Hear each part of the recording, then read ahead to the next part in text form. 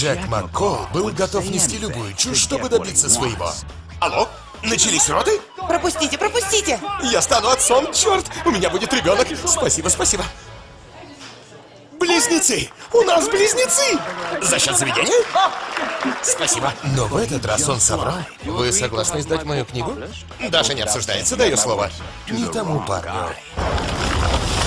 Это что за хрень? Теперь вы связаны с этим деревом. Привет! Когда ты говоришь, с дерева падают листья. Что бывает, когда дерево остается без листьев? Я что, сдохну? Этой весной. И осталось всего 1000 слов? Продумывайте. Может, поговорим? Каждое слово. Ну так что, по рукам? Алло? Джек? Да, отлично. Один тройной латте? Латте со льдом. Больше молока? Хватит мычать и жестикулировать. Будь самим собой.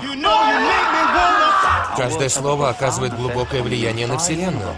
Короче, говорить буду я. А ты сиди спокойно.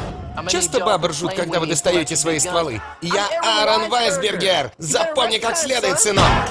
Джек, ты чё напрягся? Расслабься, братин, все четко. Эдди Мерфи, скажите, когда можно перейти? Угу. Уже можно? Спасибо. Водить научись! 1000 слов.